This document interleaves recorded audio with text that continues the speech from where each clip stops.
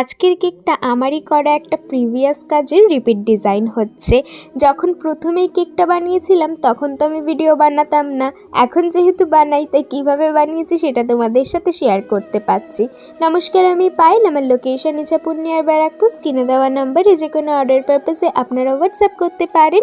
এই কেকটা অর্ডার দিয়েছিল আমারই এক স্কুল ফ্রেন্ড। একটা পুতুলের জন্য পুতুল কেক যাবে। কেকটা ছিল টোটাল 3 পাউন্ডের, আর আমার করা কাজটাই সিলেক্ট করেছিল, পুরো সেম টু সেম ওটাই করতে বলেছিল, কালার, ডিজাইন সমস্ত কিছু।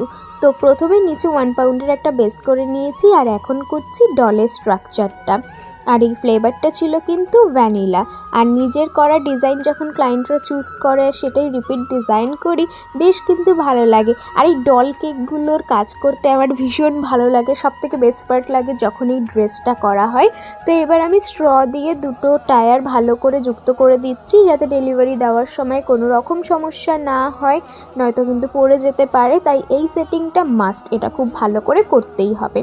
এখন ডলটা বসিয়ে নিলাম, আর প্রথমে ডলের একটা ড্রেসের প্যাটার্ন করে নিলাম, কারণ কালারটা দুটো কালারে হবে, হোয়াইট আর পিঙ্কের উপর, যাতে মেজারমেন্টটা ঠিক থাকে। তাই একটা গাইডলাইন প্রথমে আমি নিয়ে নিয়েছি এখানে।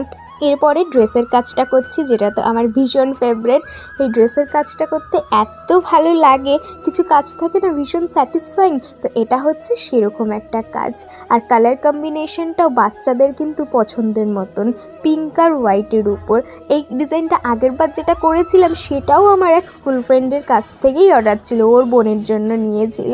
তো এই কেকটাও বানাচ্ছি আমার এক স্কুল ফ্রেন্ডের দেওয়া অর্ডারই। আর ড্রেসটা কমপ্লিট হওয়ার পর কত সুন্দর লাগছে, একটা ঘেরা গাউনের মতো। ডলের হেয়ারটা একটু মেসি লাগছে, আর সেটা যদিও আমার জন্যই হয়েছে।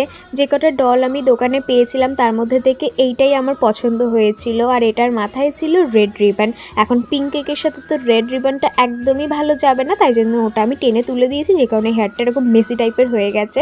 আমি একটা পিঙ্ক কালারের বো বানিয়েছি, তারপরে ওটাকে হেয়ারে অ্যাটাচ করে দিয়েছি, শেষে তোমরা দেখতে পারবে। আর কেকটা পাওয়ার পরে পুচকুটার ফেসটা, জাস্ট হাসি মাখা মুখটা দেখে আমার মনটা ভরে গেছে। জাস্ট ও এত খুশি হয়েছিল দেখে। এই ছিল কেকের ফাইনাল লুক। তোমাদের কেমন লাগলো অবশ্যই কিন্তু কমেন্টে জানিও। অ্যান্ড আই থিঙ্ক বাচ্চাদের খুব খুব পছন্দ হবে। সবাই ভালো থেকো, রাধে রাধে, আজকের মতো টাটা।